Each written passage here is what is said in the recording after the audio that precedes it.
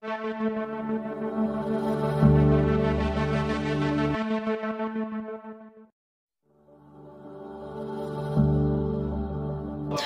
d'Ivoire, Abidjan, Cocody, le samedi 12 août 2023.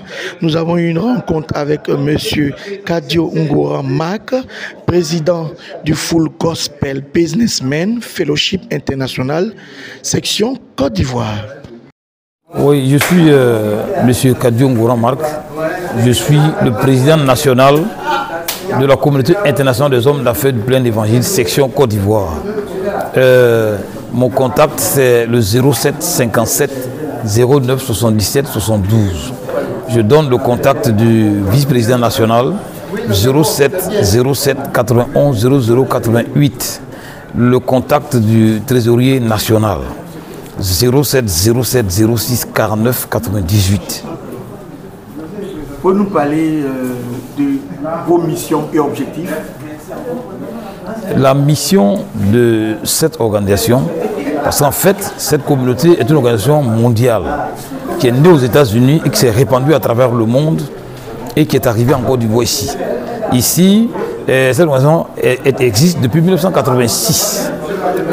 Notre mission, c'est d'amener les hommes à Dieu. C'est de ramener les hommes à Dieu.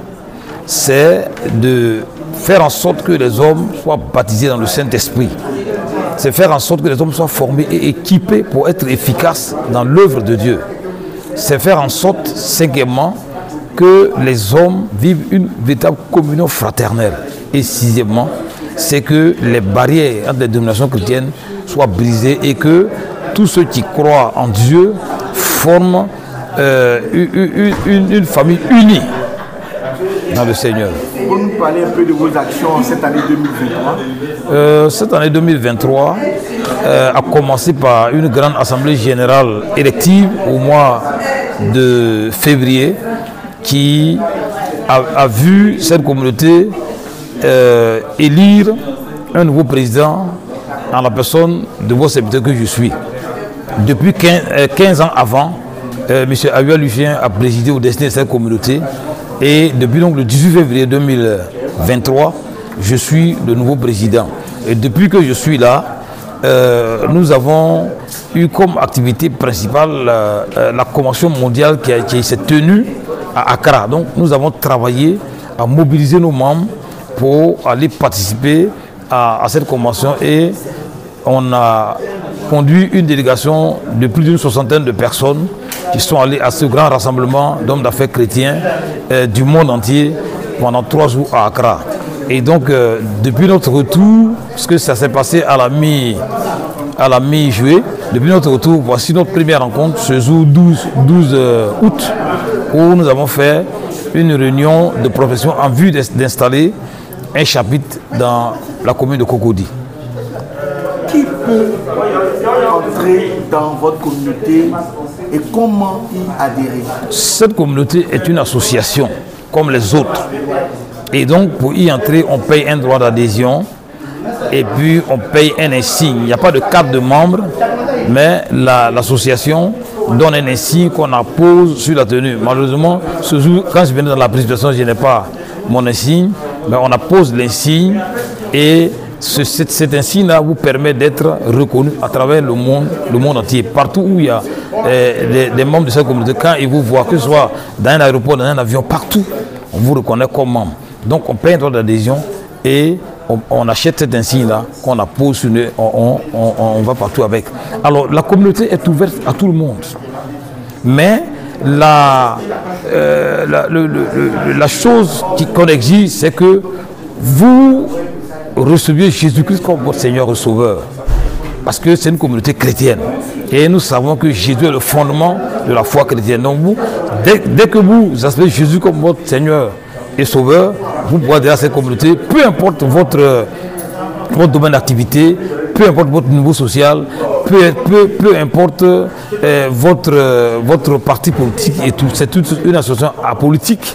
Et nous recevons donc tout le monde pour communier ensemble et œuvrer à ce que la famille chrétienne grandisse en apportant chaque jour de nouveaux membres dans cette communauté. C'est pour ça que nous organisons des réunions publiques dans des hôtels, dans des restaurants, pour inviter des personnes et témoigner de ce que Dieu fait dans notre vie, de ce que Dieu fait dans nos affaires, de ce que Dieu fait dans nos familles, pour amener les hommes à rentrer dans cette dimension.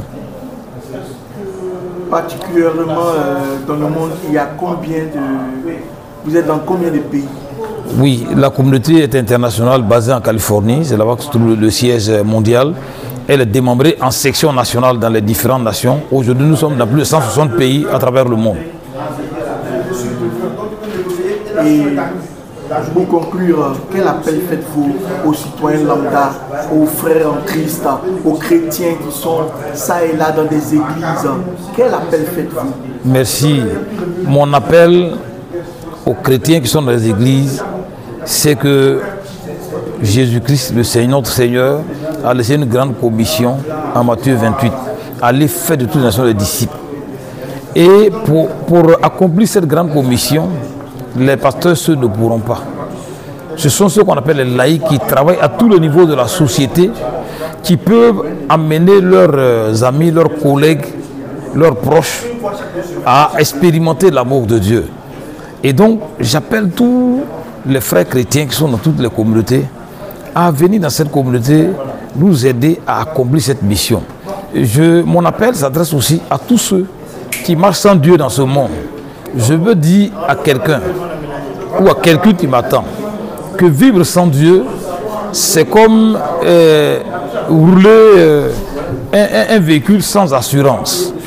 C'est vrai, ça roule, mais le jour qu'il y a un problème, vous êtes abandonné à vous-même. Celui qui marche dans ce monde sans Dieu, il est comme un véhicule sans assurance. Tout va bien apparemment, mais le jour qu'il y a un problème, vous allez peut-être compter sur les hommes, mais ce n'est pas toujours sûr que les hommes soient là pour vous.